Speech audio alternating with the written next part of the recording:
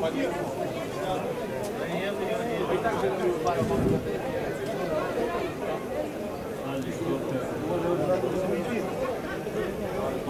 da na Kečenović je borba.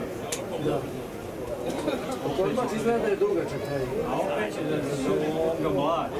Eto, mlađe u redu, kad bije pravi, onda tuči za leđa.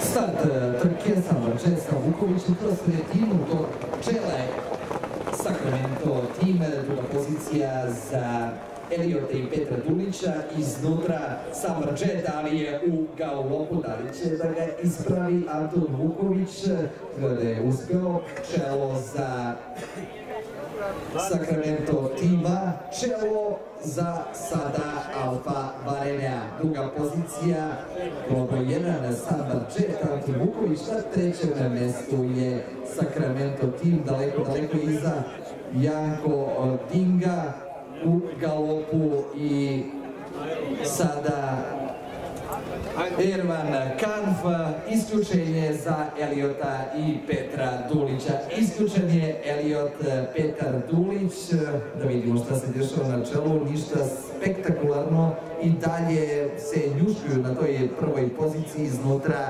Sacramento tim, 10. kasač mađarskog odgoja sa nekoliko reprezentativnih predstava na Kinčev parku u Budimpešti. Druga pozicija za Samovarčet i Antona Vukovića na trećem mestu Alfa Varene. Na četvrtu, ali daleko iza Zipibo, Jet, Jako Dinga. Sada Kaz,